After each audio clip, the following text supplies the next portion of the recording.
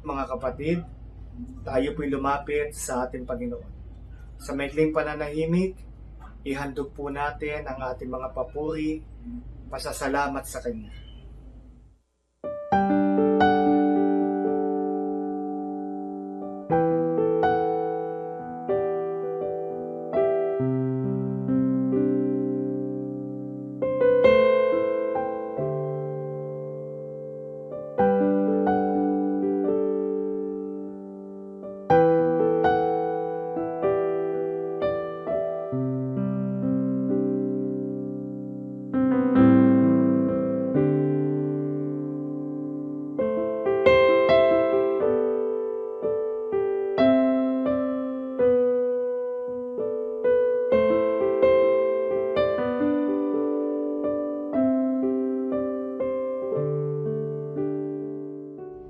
Samahan niyo po kami sa aming pananambahan ngayon, aming Diyos.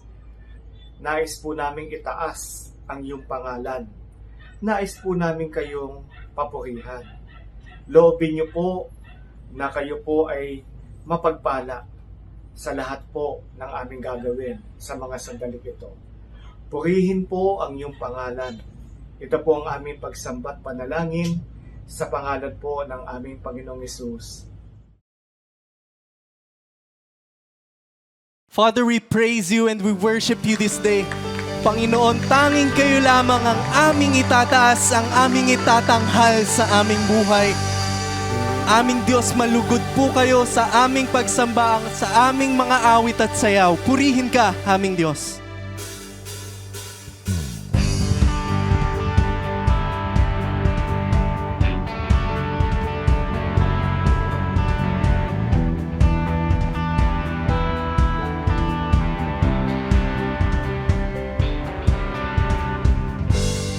God of ages, bringing glory here.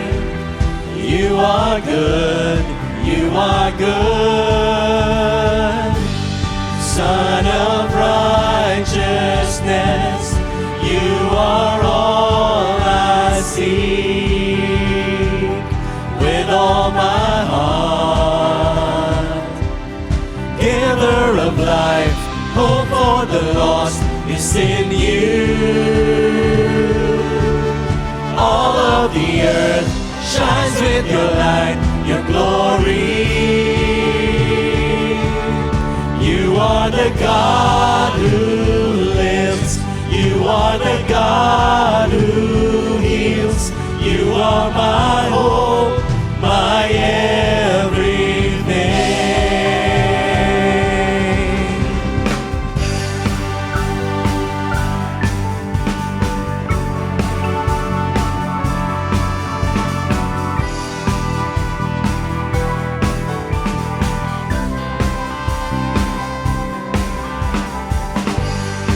In your promise and your faithfulness, I will trust all my days. King forever, reign in majesty, be glorified. Giver of life, hope for the lost is in you. All of the earth shines with your light, your glory. You are the God who lives, you are the God who heals. You are my hope, my everything. You brought salvation to us, offered your peace to the world. You are my Lord, my everything. I'll trust in you, I'll trust in you, I'll trust in you with all my heart. I'll trust in you. you. I'll trust in you with all my heart. You are the God who lives. You are the God who heals. You are my hope, my everything. You brought salvation to us, offered your peace to the world. You are my Lord, my everything. You are the God who lives. You are the God who heals. You are my hope, my everything. You brought salvation to us, offered your peace to the world. You are my Lord, my everything.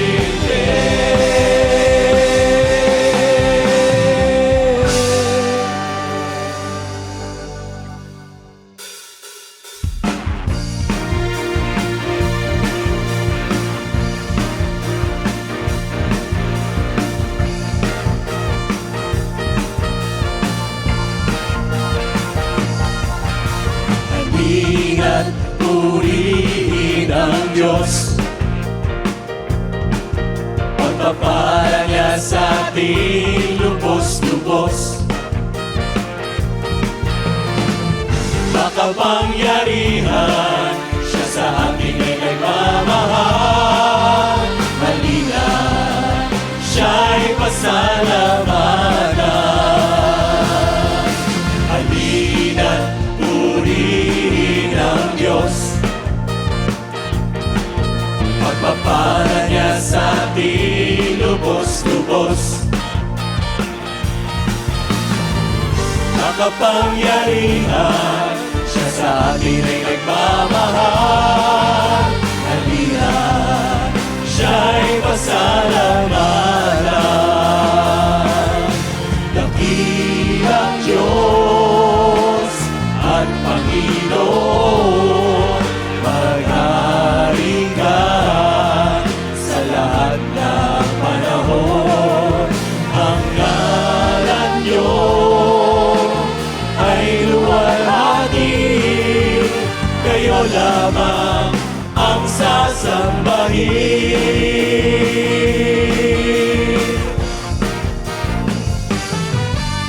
Halina't purihin ang Diyos, pagpapala niya sa ating lubos-lubos.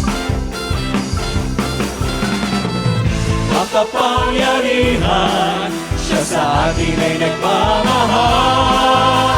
Halina't siya'y pasalamatan. Dakilang Diyos at Panginoon, maghari ka sa lahat ng panahon. Ang ngalan niyo ay luwalhati, kayo lamang ang sasambahin.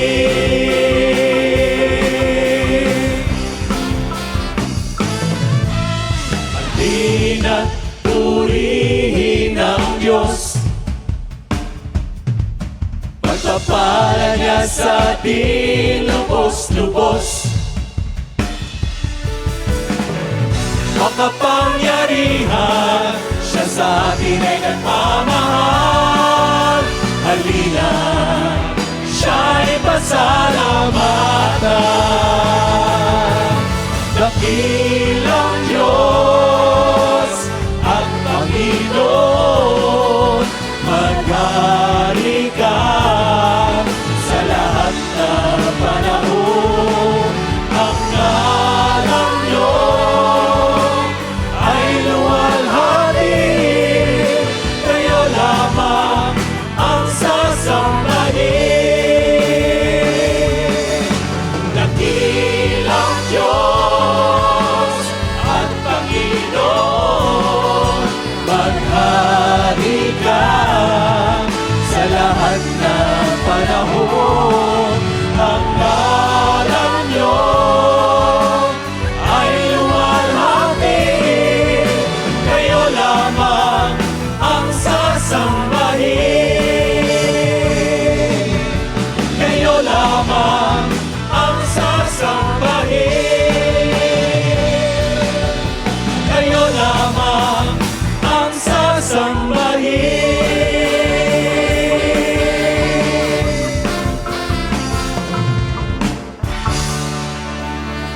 purihin ka, itaas ang inyong pangalan, ang inyong kabutihan sa aming mga buhay, aming Diyos.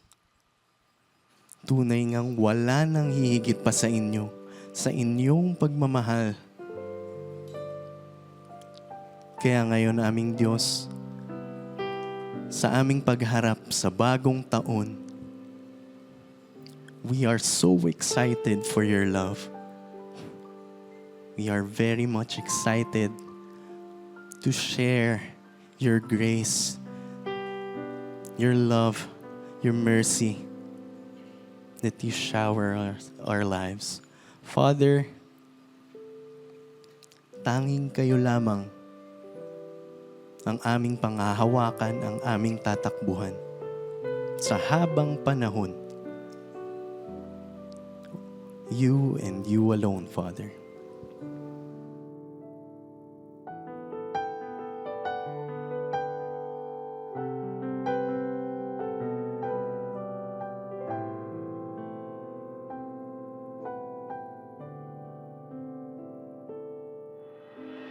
Panginoon, sa inyo ako ay laging sasamba. Papupurihan ka, puso at isipan, buong lakas at buhay, aking iaalay sa inyo, Diyos. Panginoon, sa inyo ako ay laging sasamba. Papupurihan ka, puso at isipan, buong lakas at buhay, aming ialay sa inyo, Diyos. Purihin ka, Panginoong Jesus, ang buhay ko'y sa inyo, ito'y gamitin niyo. Purihin ka, Panginoong Jesus, sa habang panahon ako ay sasamba, aking Diyos.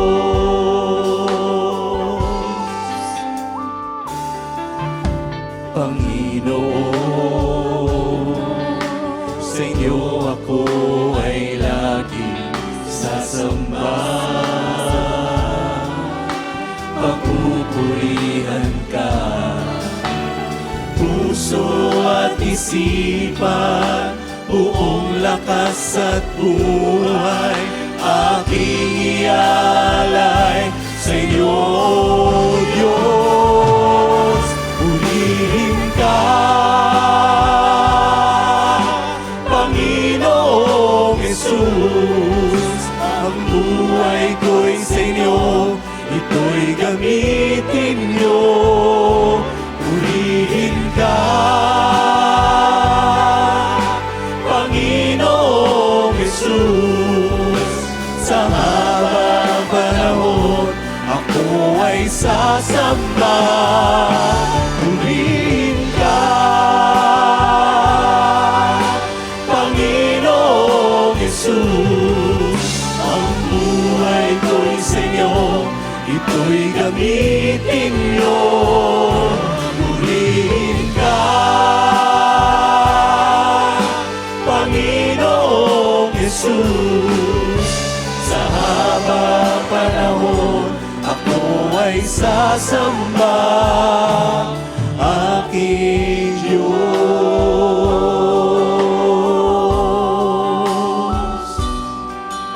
Sa habang panahon ako ay sasamba, aking Diyos.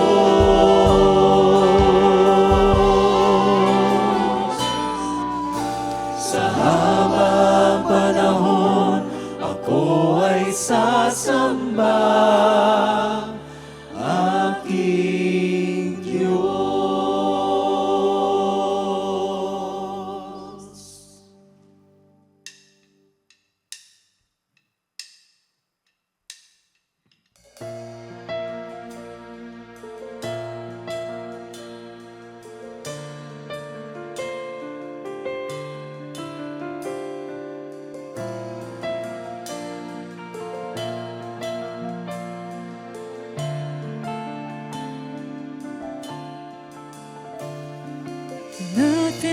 can do, nothing I can say to make you love me more.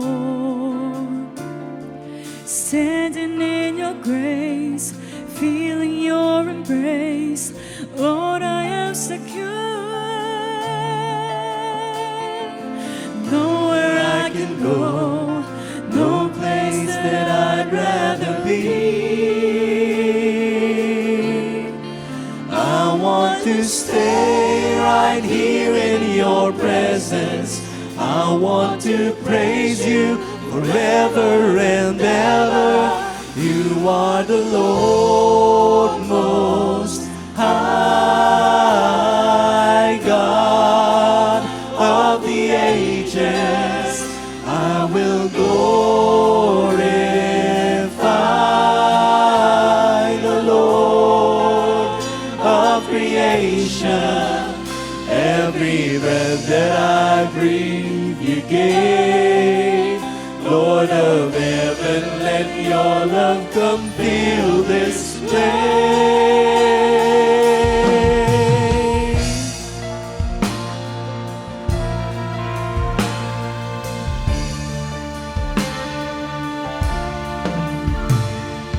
Nothing I can do, nothing I can say to make you love me more. Standing in your grace, feeling your embrace, Lord, I am secure. Nowhere I can go, no place that I'd rather be. I want to stay right here in your presence. I want to praise you forever and ever. You are the Lord Most High, God of the ages. I will glorify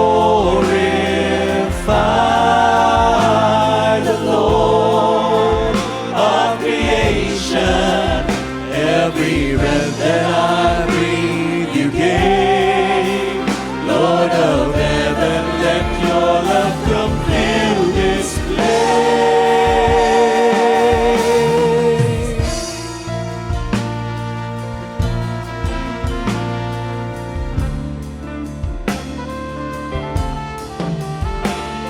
There's something I can do, something I can give, Lord, to honor you.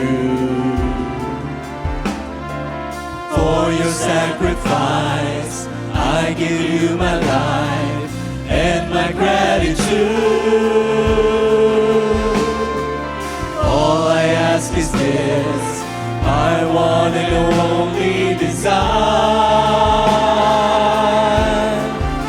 I want to stay right here in your presence. I want to praise you forever and ever. You are the Lord Most High, God of the ages. I will glorify the Lord of creation. Every breath that I breathe, you gave. Lord of heaven, let your love come fill this place. Fill this place.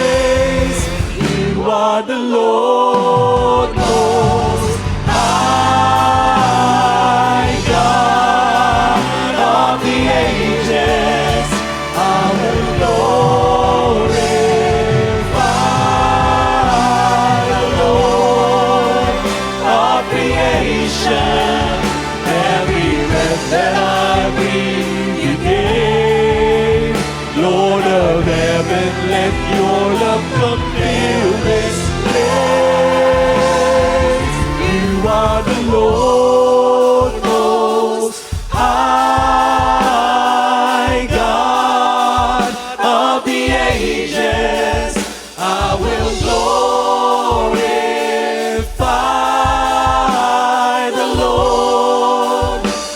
creation. Every breath that I breathe, you gave. Every breath that I breathe, you gave. Every breath that I breathe, you gave. Lord of heaven, let your love come fill this place. Fill this place. Fill this place.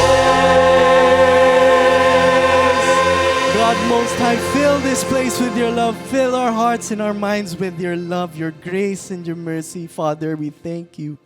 We thank you, aming Diyos, sa patuloy niyong pagsama, sa patuloy niyo pong paglapit sa aming mga puso. Tunay nga, Panginoon, na lagi kayong nandyan, lagi kayong handa, Panginoon, para aming lapitan. Father, as we listen to your words, to your lessons, Father, ibukas niyo po ang isip, ang puso ng bawat isa. Lahat ng ito, aming dalangin sa matamis na pangalan ni Jesus.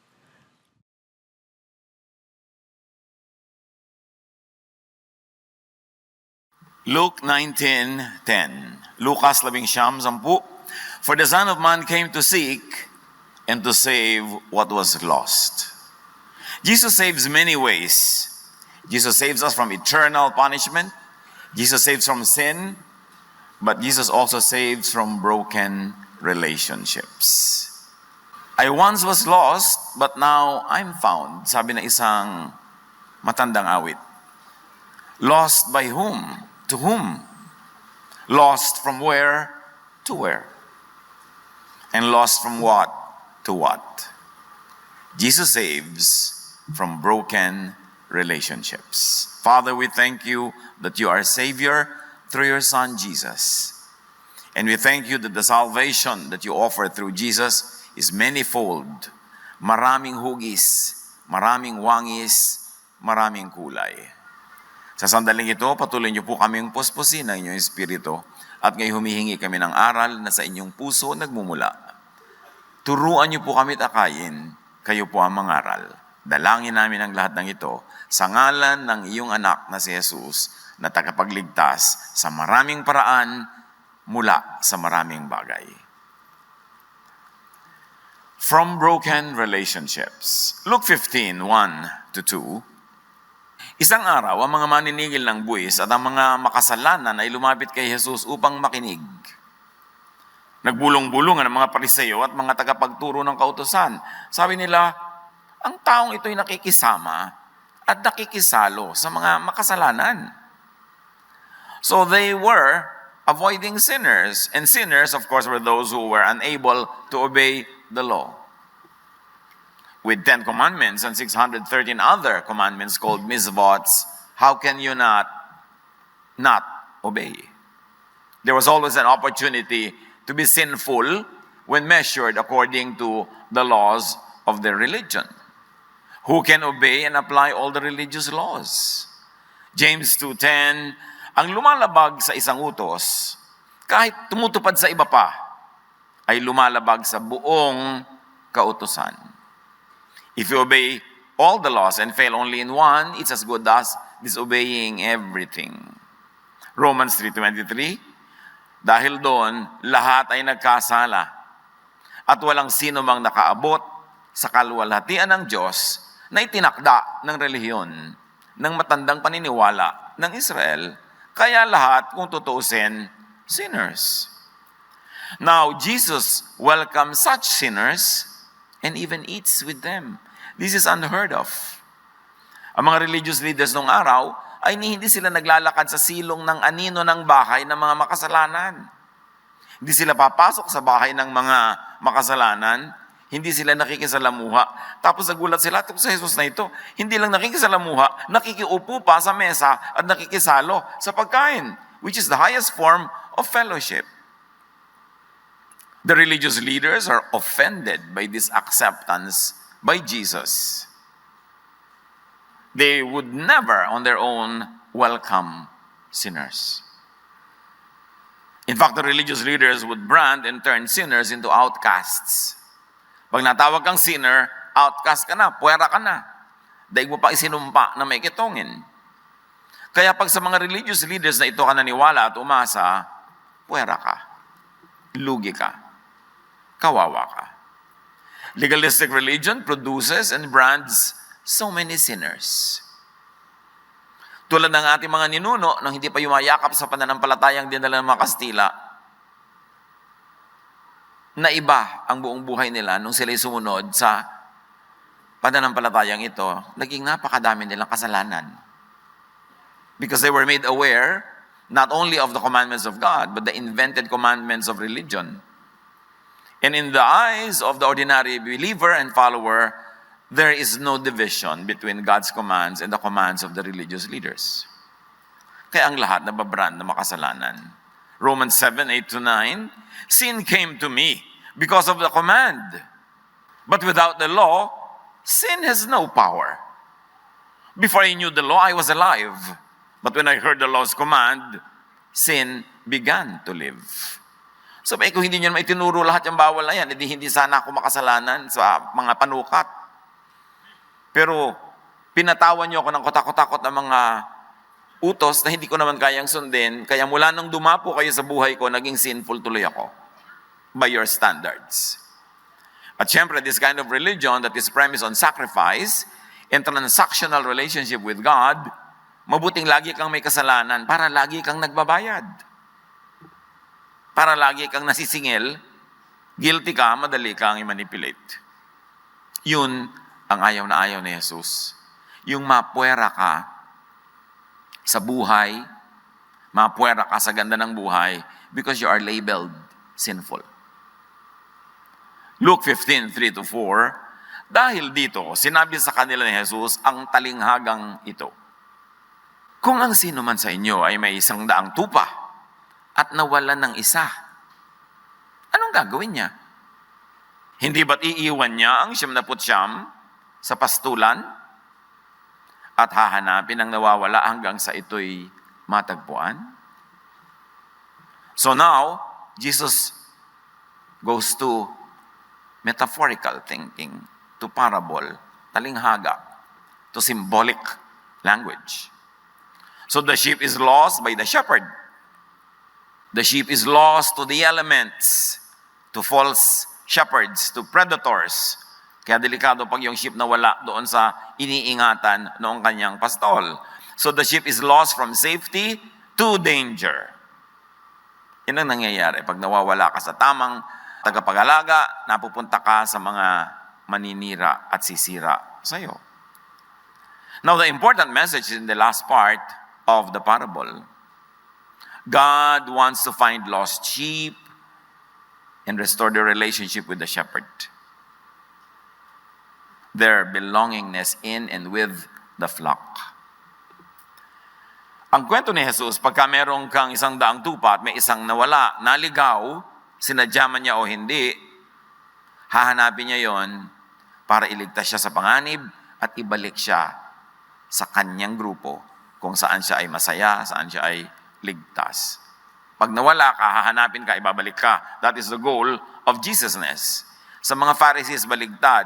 Pag nawala ka, at talagang halos sila ang magtaboy sa iyo sa dami ng mga batas na hindi mo naman kayang sundin, hindi ka nila papansinin, lalayuan ka nila. In fact, na-offend sila na si Jesus ay nakikipagniig sa mga tinatawag nilang makasalanan. We must never forget that the sheep get lost because they are forgetful. Because they easily get confused. Because they get attracted to distractions like us. Ang totoo, tayo naman yung tinutukoy na tupa, alam nga namang animal husbandry ang topic ni Jesus. Tayo yun. Ang mga tupa talagang madaling maligaw, madaling malibang, madaling malito, madaling mauto. Ang mga tupa, pagka sumuot sila sa butas ng isang pader na pinagtumpok-tumpok lang naman na bato, kaya kung minsan may butas sa kalumaan, sila iniingatan sa loob ng bakuran, lalabas sila, hindi na nila makita yung maliit na butas na yung pabalik hanggang makain na sila ng mga wild animals. Hanggang tuluyan na silang mahulog sa mga bangin, mabalian at mamatay sa gutom, kumasadlak sila sa mga bingit-bingit at gilid-gilid at mga libis ng bundok. Kaya yun ang ginawa ni Jesus na talinghaga. Sa pag-unawa ni Jesus, kung ba't gano'n ang tupa, para na rin sinabi sa ating, sa totoo lang, nauunawaan ko kayo. Kasi kayo itong tupang ito eh. Pero hindi kayo nauunawaan ng mga religious leaders. Hindi kayo nauunawaan ng Religion Inc. Lagi kayong inuusig. At paglalapitan ko pa kayo, na-offend sila. Kasi gusto nila yung makasalanan, laging branded, laging hiwalay, laging puwera. Because it makes them look better. It makes them look superior. It empowers them when they disempower you. Now, the shepherd remembers the reality about sheep. Tulad ng naaalala ng Diyos Ama ang katotohanan tungkol sa ating mga tao. Psalm 103:14, for He knows how we are formed. He remembers that we are dust. Naaalala ni Jesus na gano'n ng tupa, naaalala ng Diyos Ama na gano'n ng tao. Isang bagay na dapat nating maalala tungkol sa ating kapwa at tungkol sa ating sarili. Na huwag natin laging hambalusin ang sarili natin, pasakitan, pahirapan, sobrang usigin, because even God remembers that we are dust. At madalas, mas mahigpit tayo sa ating kapwa, maging sa ating sarili, kaysa sa mahigpit ang Diyos. Kaya marami tayong mga needless burdens, needless cares, needless worries, needless guilt. Kaya ang ginagawa, pag nawawala, hinahanap para pauwiin, para ibalik. Sino ang mga nawawala sa inyong buhay? Nagkamali, nagkasala, sinadya, hindi sinadya. Willfully o dahil lang mababa ang IQ, nagkamali tuloy. Anong ginagawa natin sa kanila? Ipupuwera na forever? Paparusahan na forever? O hahanapin para iuwi at ibalik? Yun si Jesus. Dapat ang mga nagsasabing sila'y Kristiyano, sila'y mga tagasunod ni Jesus, ay yun din ang laman ng isip. Jesus is a savior from broken relationships. Jesus tells us to do His work. So we, brothers and sisters, should also save people, including ourselves, from broken and interrupted relationships. Nagkakamali ang tao. Pagka itatakwil mo forever dahil sa isang pagkakamali, walang matitirang tao sa iyong mundo. At kung lagi mo ring uusigin ang sarili mo, mabubuhay ka sa guilt, sa hirap ng loob, sa sikip ng dibdib, sa pagdadalawang loob, parusa sa sarili ang hinahanap mo, samantalang hindi yun ang gusto ng Diyos para sa iyo. Kung hinahanap natin ang nawawalang kapwa, hanapin din natin ang nawawalang sarili. At ibalik. Yun ang restoration ng Diyos. Luke 15:5-6, sa patuloy ng kwento sa nawawalang tupa, and when he finds it, meaning the lost sheep, he joyfully puts it on his shoulders and goes home. Pinapangko pa, to use an old Tagalog. Binubuhat sa kanyang balikat. Hindi niya sinesermonan, pinapagalitan, hindi niya pinapalo-palo, naaawa at bubuhatin pa para madali ang pagbalik. Hindi yung iika-ika na nga, iika-ika ka, buti nga sa'yo, kasi ikaw, nag tayo sa mga nagkamali. Pinuntahan mo pa daw, pero papagalitan mo lang naman pala. Tama naman magalit pagkamali ang ginagawa, pero may timing. Hindi agad-agad, maghintay ka ng tamang timing. Pag may taong nagkamali, nadapa, nasugatan, hindi yun ang panahon para siya pagalitan. Panahon muna yun para siya buhatin. Panahon para siya pagalingin, alagaan. Aha, malakas ka na, halika mo, upo ka dyan. Yun, dapat ganun. May oras siyempre rin ng sermon. Pero pagka nagdudugo siya, nasasaktan, sabi niya, Papa, don't preach. Wala sa panahon. Kaya maraming sermon natin at pagalit, tama naman pero wala sa oras, hindi rin tuloy nadirinig. Sayang. God is in the business of bringing lost sheep home. Literally. Yung possessed man, na ang tagal-tagal na wala sa kanyang tahanan dahil tumira siya sa kuweba kasama ng mga bangkay doon, nung gumaling, gusto sumama sa Panginoon, sabi ni Lord, go home to your family. Na-interrupt ang relationship nyo. Ang daming parting hindi mo nadaluhan. Ang daming kontribusyon na hindi ka nakaambag. Ang daming sayang wala ka doon. Ang daming hirap na hindi ka nakabalikat at nakahati. Umuwi kayo na atupagin mo. Jesus wants broken and interrupted relationships to be restored and to continue. Yung blind man na kanyang binigyan ng paningin, nung luminaw ang mata, sabi niya, huwag ka na bumalik sa village, huwag ka na bumalik sa mga tao, umuwi ka diretso sa bahay. Marami ka na na-miss. Marami ka nang hindi nagawa. Marami ka nang tuwa na hindi na ituwa, umuwi ka. Luke 15:6-7. Pag-uwi, aanyayahan niya ang kanyang mga kaibigan at mga kapitbahay at sasabihin sa kanila, makipagsaya kayo sa akin dahil nakita ko na ang tupa kong nawawala. Sinasabi ko sa inyo, magkakaroon ng higit na kagalakan sa langit dahil sa isang makasalanang tumalikod sa kasalanan kaysa sa 99 na matuwid na hindi nangangailangan magsisi. Hindi binabaliwala ni Jesus yung 99 na matuwid kasi walang matuwid. This is a swipe at self-righteous people. When Jesus says heaven is happier with one outcast who is restored than with 99 self-righteous religious persons who consider themselves above repentance and not needy of restoration. Sabi niya, alam niyo, mabuti pa isang makasalanan, nagbagong loob, nagbalik loob, nare-restore. Kasi yung 99 na nagbabanal-banalan, mga santong kabayo, ang tawag nila, akala nila hindi sila makasalanan, hindi sila nagsisisi, sila patong naninisit na uusig ng kapwa, hindi natutuwa sa inyong langit. Mabuti pa yung obviously nagkasala, pero obviously din, tinatanggap niya yon, nagbabagong loob, ikinatulugod ng kalangitan ang ganong asal. Now, the real story and the heart of the matter is this. Introduction pa lang yung kanina ni Jesus. He's a very skilled storyteller.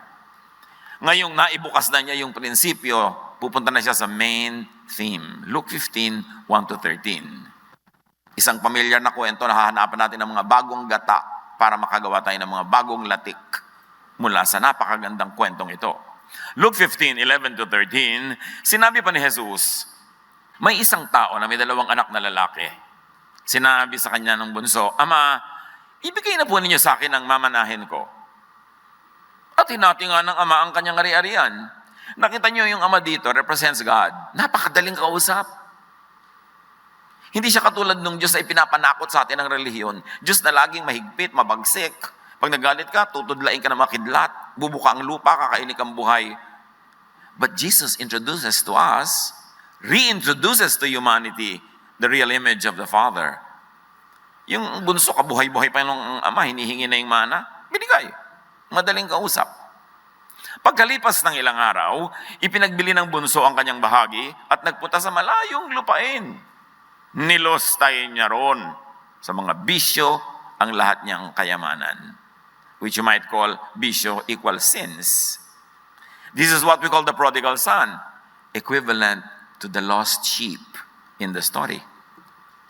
Luke 15:14-16, nang maubos na ito, nagkaroon ng matinding taggutom sa lupain ngayon, kaya't siya'y nagsimulang maghirap. Look, hindi pinaghirap ng mundo yung buong bayan na yun dahil nandun yung alibughang anak. Talagang nangyari lang yun. It was a calamity that befell so many people. Hindi ito personal na parusa sa isang nagkasala, tapos nadamay na yung lahat. Hindi katulad ng mito na pinaiiral ng napakaraming tao na pag nagkasala ka, ang daming madadamay. Sabihin, sister, makasalanan ka, ayan, nabiyak tuloy ang building natin. Di ba? Anak, makasalanan ka, ayan, nabagsak ang negosyo natin. Anong tingin nyo sa Diyos? Dahil sa kasalanan ng isa, paparusahan niya lahat. Samantalang, sa panahon nga ni Abraham, sabi, sige, kung may 5, may 10 mabuti dyan sa buong lungsod, hindi na matutuloy ang hatol. Hindi natin kilala ang Diyos. Kailangan makilala natin ang Diyos mula sa pagpapakilala ni Jesus, hindi sa pagpapakilala ng mga Pharisees.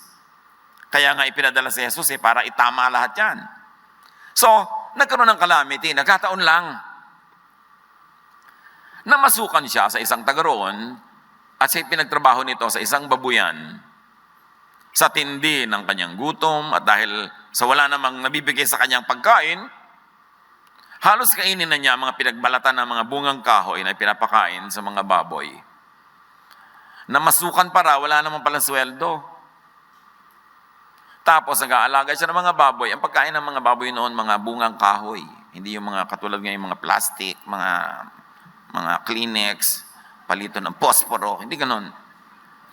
Pero sa sobrang hirap ng buhay, yung baboy ang pinapakain, kanya na lang yung balat. Gumagawa lang siya ng paraan. The sheep, meaning the son, is lost by the father from home to a faraway land, to predators, yung mga kasama niya nagbisyo, na lumustay ng kanyang pera, tapos hindi siya tinulungan ng ubus na, and to a false shepherd. Itong employer niya, na inaalila siya ng todo-todo, hindi naman siya binabayaran, hindi siya pinapakain man lang.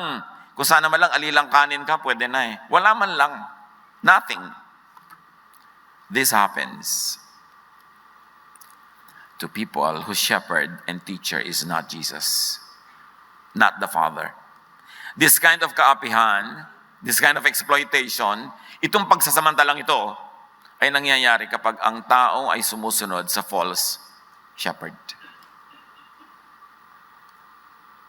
Na malinaw na tinutukoy ni Jesus sa kanyang mga halimbawa.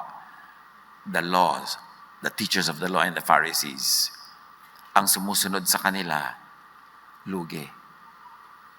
Puro offering, puro sacrificial offering, puro ministry, puro service, tas hindi ka naman na-feed.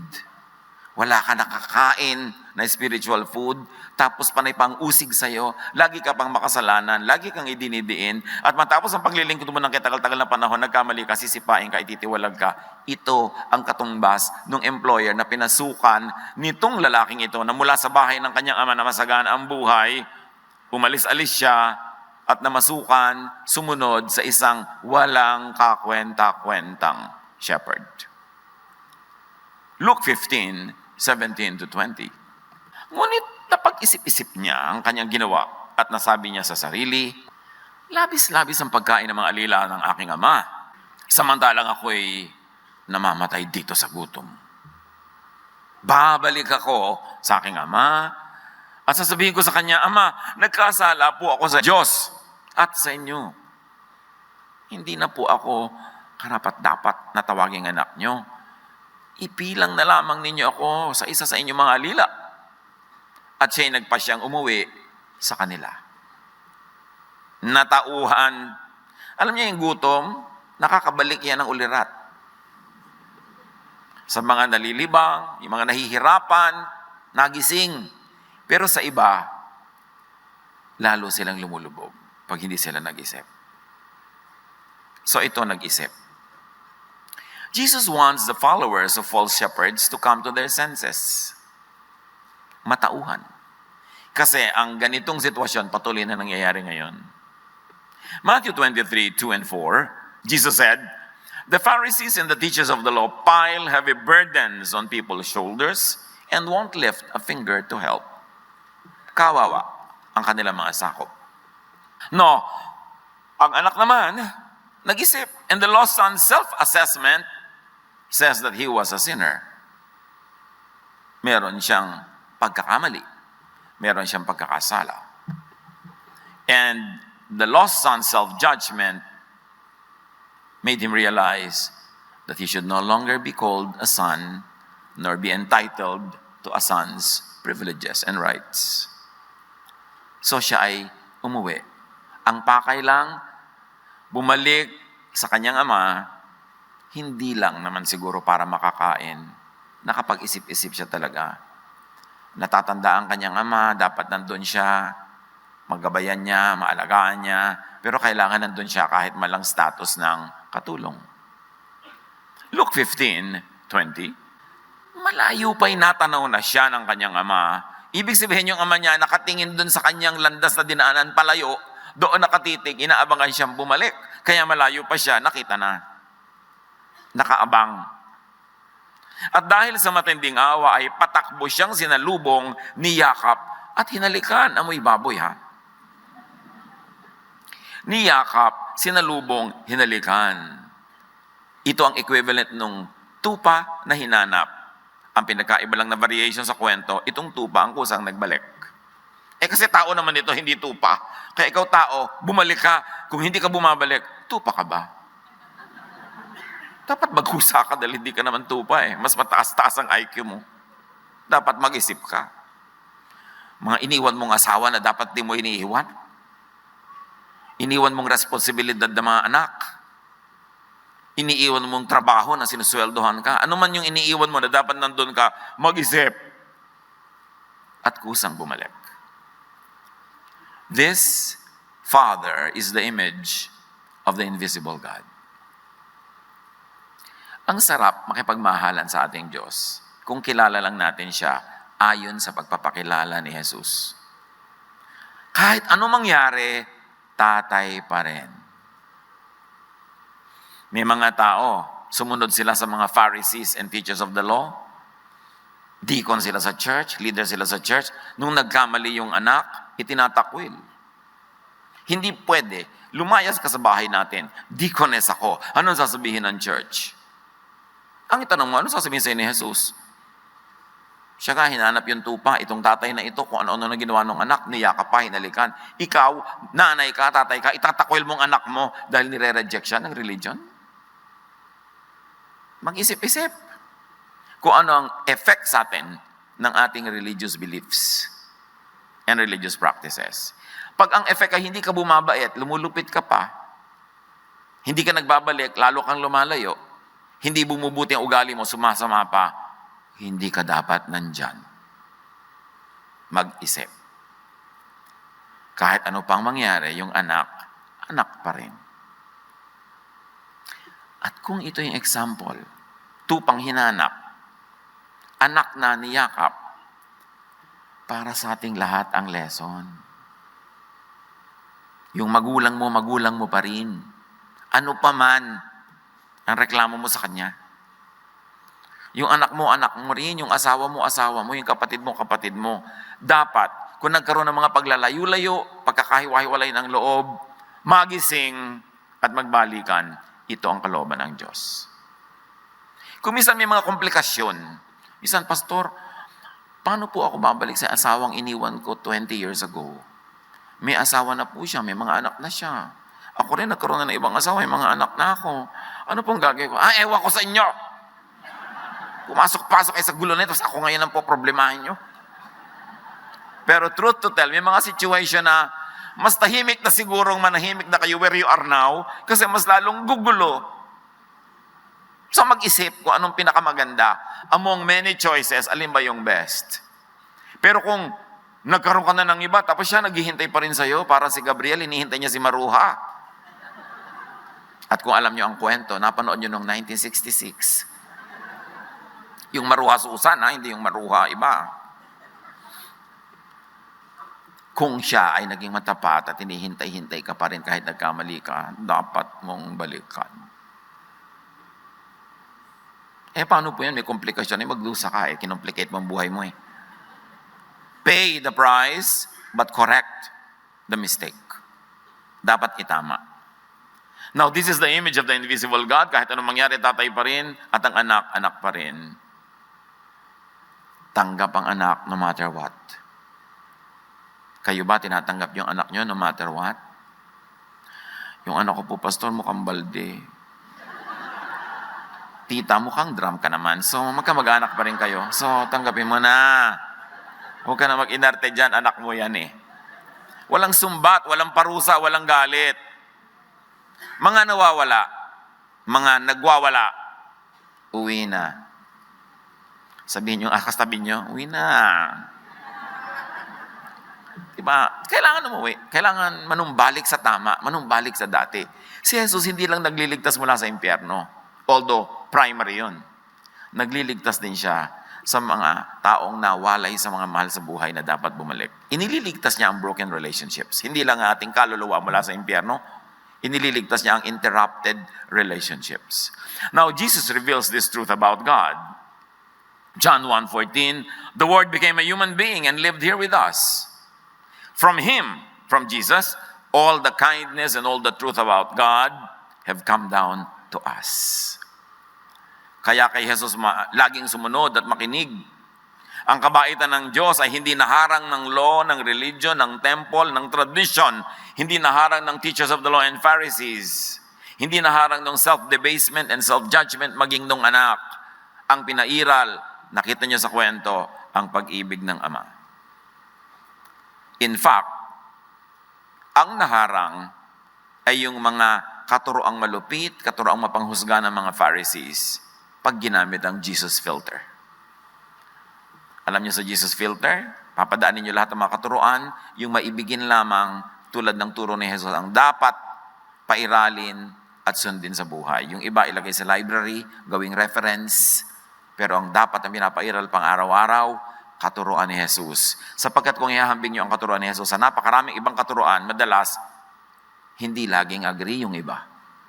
May mga katuroan na ang gusto ikaw maging malupit, ang gusto ikaw yung maging mapagparusa, ang gusto ikaw maging mapanumbat, mapaglayo. Pero yung katuroan ni Jesus ang pairalin. Because He is the image of the invisible God. In Him, all the fullness of the deity lives in bodily form. And in Him and through Him, God revealed His true kindness. Luke 15:21-22. Sinabi ng anak, Ama, nagkasala po ako sa Diyos at sa inyo. Hindi na ako karapat-dapat na tawagin ang anak nyo. Ngunit tinawag ng ama ang kanyang mga alila, dali, kunin ninyo ang pinakamagandang damit at bihisan nyo siya. Suotan nyo siya ng mga singsing at ng sandalyas. Sabi ng ama, anong hindi na anak? Nonsense! Hindi na wala ang pagkaanak.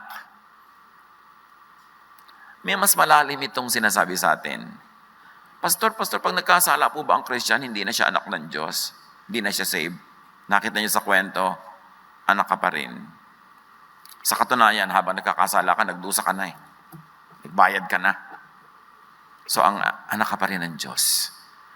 Stay secure in your position as a child of God through Jesus. Huwag kayong palito. Dahil lagi tayong nililito. Para lagi tayong matakot at lagi magduda, mangamba kung tayo nga ba ay ligtas. Ang inatupag ng Ama, restoration.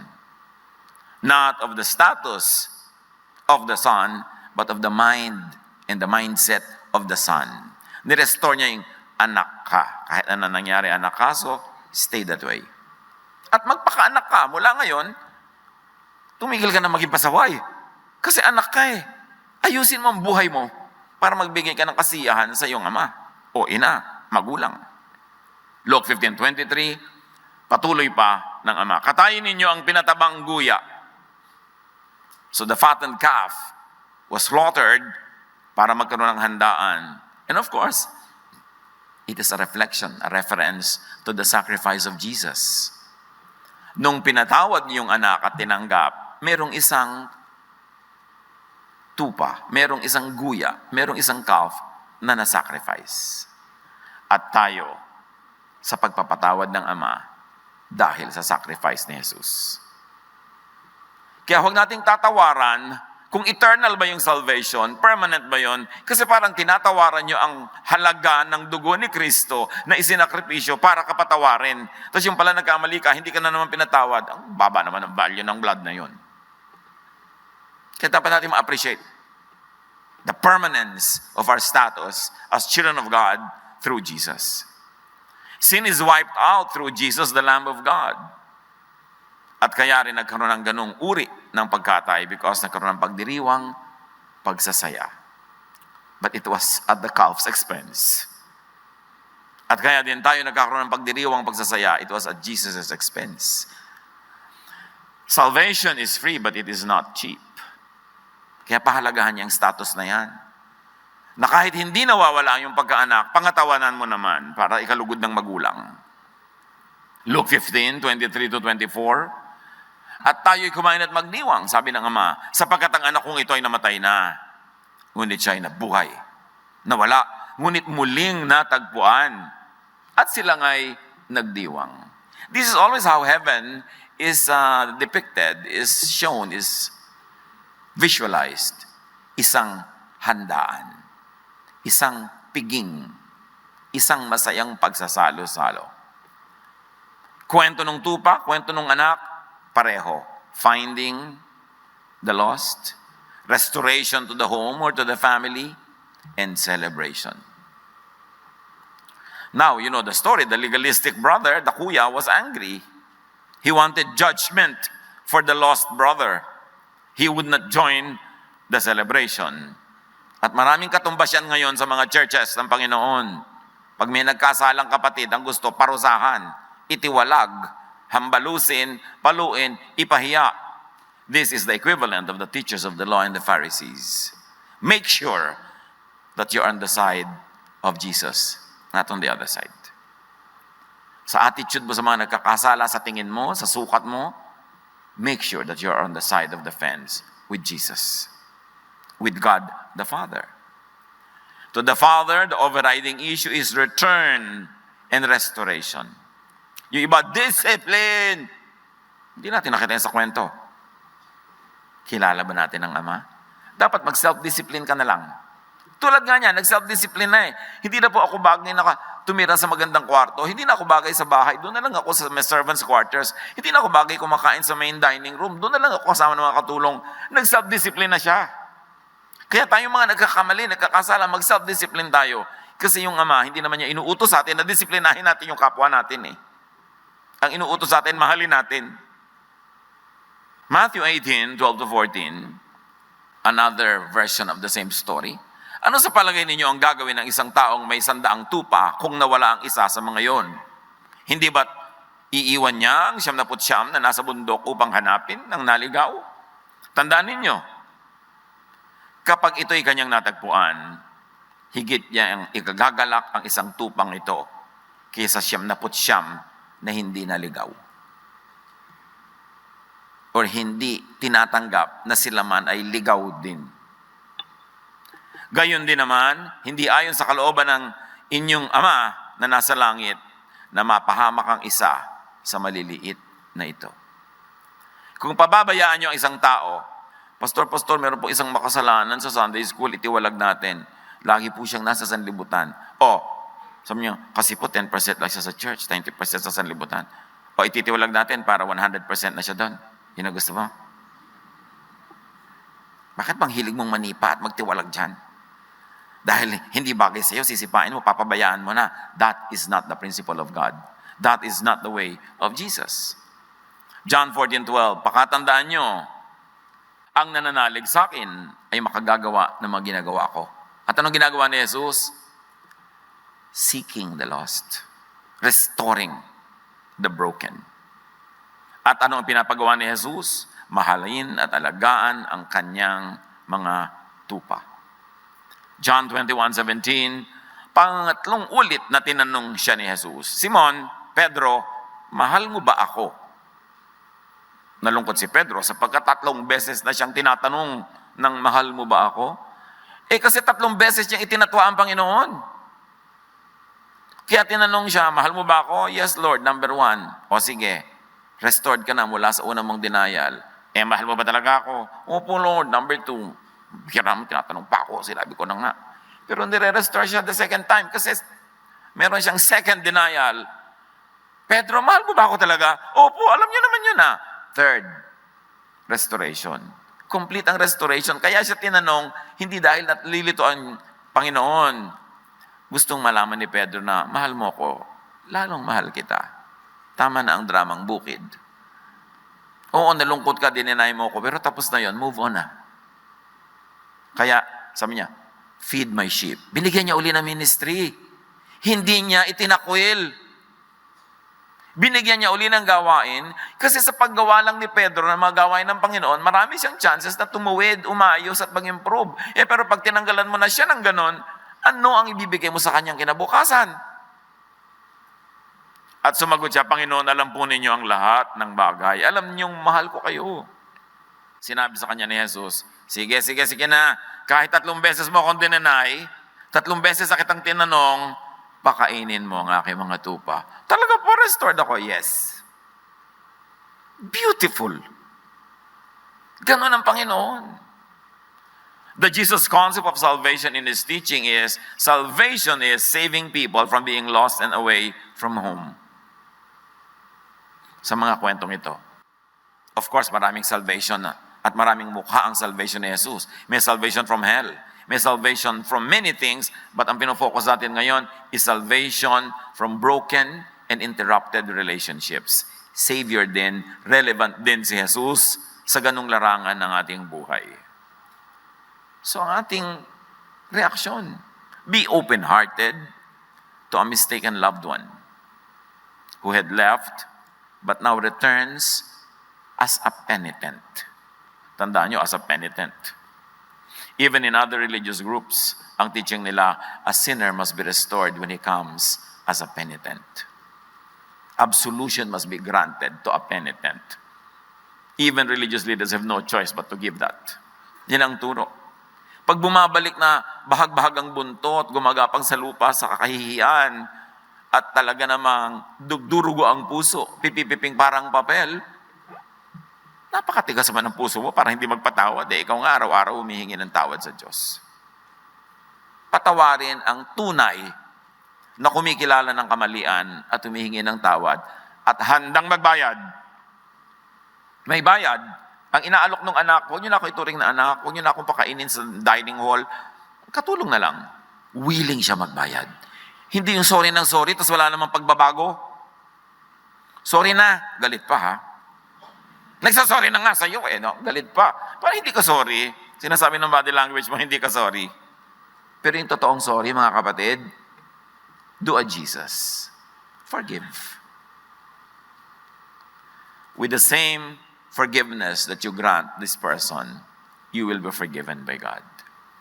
Salvation, in this way, is restoring people's relationship with God, with the Father, and with the fellow human beings. Doon sa bahay, kaya pinauwi. Kaya sa mga fellow tupa, kaya dinala uli doon sa grupo. Now they are restored, not because they are right, but to make them right with God. Ang restoration ay hindi premyo sa tama na. Ito ay paraan para lalong itama yung kumikilala ng kamalian. Luke 19:10, for the Son of Man came to seek and to save what was lost. Mark 2:17, on hearing this, Jesus said to them, it is not the healthy who need a doctor, but the sick. I have not come to call the righteous, but sinners. So Jesus' salvation is offered to sinners, not the righteous. It is offered to the non-religious, not the religious. Now, pay attention, church. This Jesus doctrine of unconditional acceptance of sinners is unheard of, has no parallel, is unequaled in rabbinic Judaism. Hindi kailanman nadinig ng mga Hudyo ang ganitong katuruan sa tanang buhay nila. Wala itong katumbas. Wala itong katapat. This is uniquely Jesus. At napansin ng mga tao yon. Matthew 7:29, nagturo siya ng may kapangyarihan. Hindi tulad ng mga tagapagturo ng kautusan. At anong kapangyarihan yon? Kapangyarihang nararamdaman, tumatalab, nagpapalaya. Dama mo sa puso mo na pinalaya ka. Dama mo sa puso mo na pinagaan ang iyong dalahin, lumuwag ang iyong hininga, gumanda ang iyong buhay. Kaya sabi nila, Mark 1:27, ang lahat ay namangha, kaya't sila'y nagtanungan sa isa't isa. Paano nangyari yun? Ito'y isang kakaibang katuruan. Kakaiba. Kung katulad lang tayo ng iba, ay wala tayo kay Jesus. Kasi si Jesus, kakaiba. Inililigtas ni Jesus ang tao mula sa pagkakasangkot sa mga mapang-abuso. Kaya pinakita doon, lumayo ka sa mga umaabuso sa iyo, naglulustay ng mga kabuhayan mo, tapos pag nagkaroon ka na ng problema, iniiwan ka. At lumayo ka sa mga may-ari ng babuyan na yan, na pinagtatrabaho ka, wala ka namang napapala. Ayawan natin ang lahat ng uri ng pang-aabuso sa ating paligid. Jesus sets free and gives rest. Iminulat, iniligtas sa mga tao sa pagkaabuso. At yan din ang dapat natin gawin. Iligtas natin ang mga tao sa pang-aabuso ng iba. This is Christianity in action. This is the best doctrine. Palayain mo ang kapwa sa pang-aapi ng iba. Be changed by the renewing and the changing of your mind about God, about sin. At ikaw din, kapatid, huwag paabuso. Hindi ibig sabihin ng Kristiyano nagpapaabuso. Nagpaparaya, nagbibigay, pero alam mo ang hangganan, hindi mo pinapaabuso ang iyong dangal dahil ikaw ay tahanan ng Espiritu ng Diyos. You are the temple of the Holy Spirit and you've got to teach people to dignify you as a person. Huwag tayong pumayag-payag na ginagawang basahan, tapos kasi Kristiyano ako, walang ganun tinuro si Jesus. Meron siya kung minsan tinuturo, sinampal ka sa kanan, ibigay mo pa yung kabila, ibig sabihin, huwag ka nang, sige, bigay mo, mapapagod din yan. Para na lang matahimik ang buhay mo. Yung pinagbubuhat ka na 1 kilo, gawin mo 2 kilo. Ibig sabihin lang, sige na, kung anong kailangan niya, gusto niya siguro sa buhay ngayon, pagbigyan mo, para lang walang gulo. Pero hindi ibig sabihin na lifestyle o pagpapaapi yun. Ano yun? Situational. To save the moment. Noon, ang mission ng relihiyon, ang mission ay to bring people to religion. Di ba? May mga age of missions, age of non-stop evangelism, age of conversion of the planet. But ngayon, merong isang napakagandang hamon. Mission is through and by Jesus, set people free from exclusive, abusive, and oppressive religiosity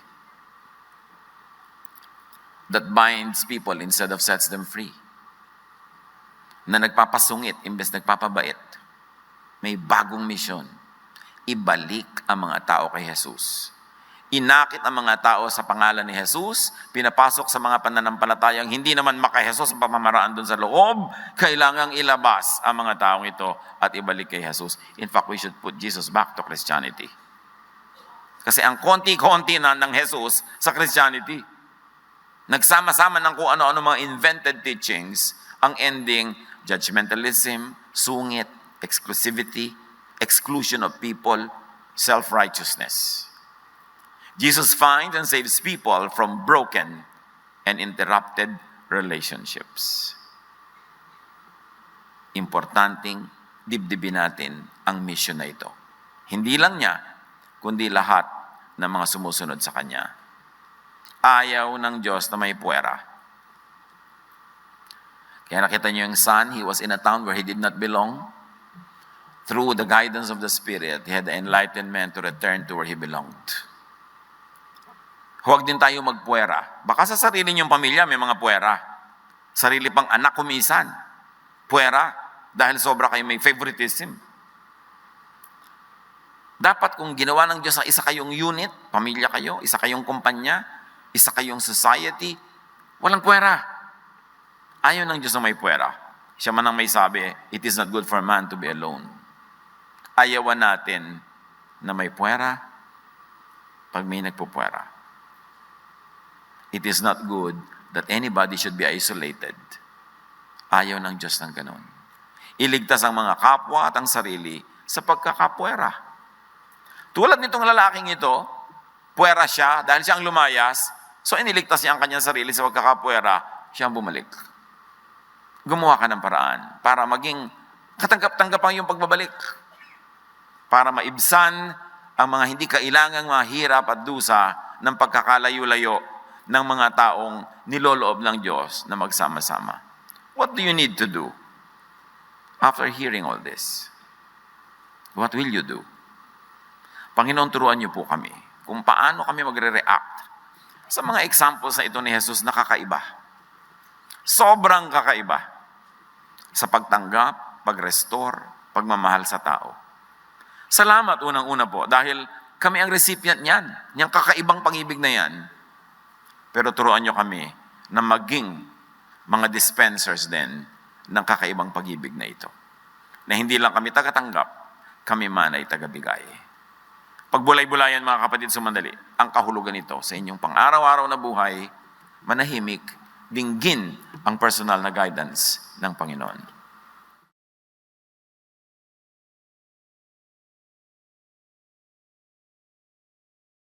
Diyos Ama, walang hanggang pasasalamat po mula sa aming puso ang aming iniaalay sa inyo. Salamat po sa patuloy na paggabay, pagtuturo at pagpapaalala kung paano kami makapamumuhay ng naaayon sa inyong kalooban. Mamuhay ng may pag-ibig, pagtanggap, pag-unawa at pagpapatawad sa aming kapwa, gayon din sa aming sarili. Sa sandaling katahimikan, atin pong ipahayag ang ating mga personal na pasasalamat sa ating Panginoon.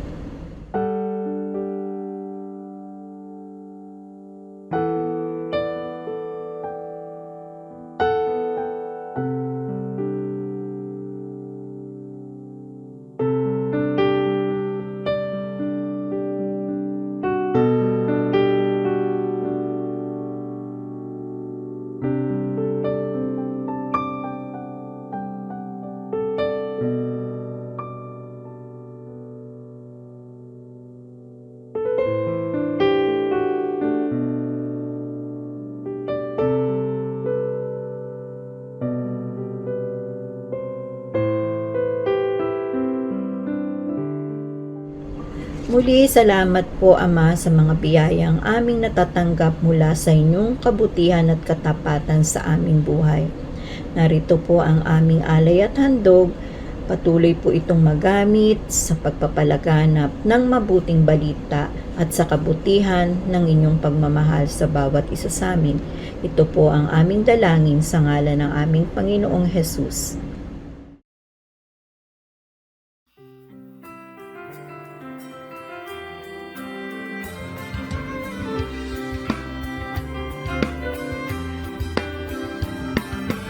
Aming mga kamay, naghaan ng tanging alay, mula sa puso ko'y tigil, sa salamat na hatid.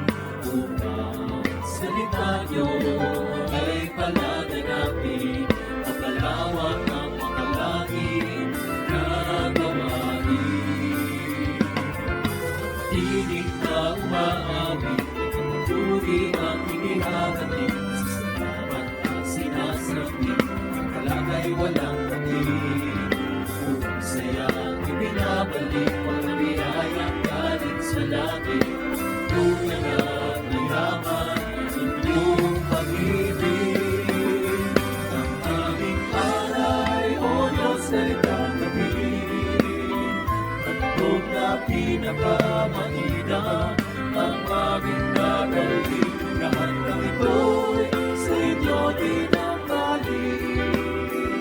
Nanalaan tungo sa inyong gawain. Ang aming alay, O Diyos, ay tanggapin.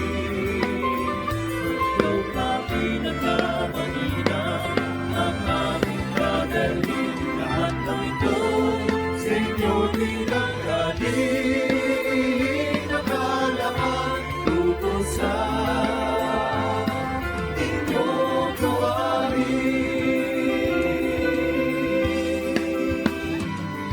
Lumamagi sa Diyos na ay likha sa ating mundo. Malagong tinulungan siya na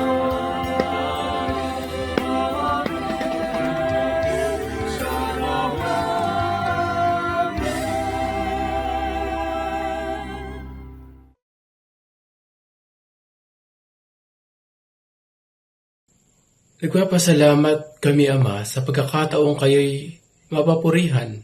Naway igawad ninyo ang inyong patuloy na pagpapala sa inyong mga anak.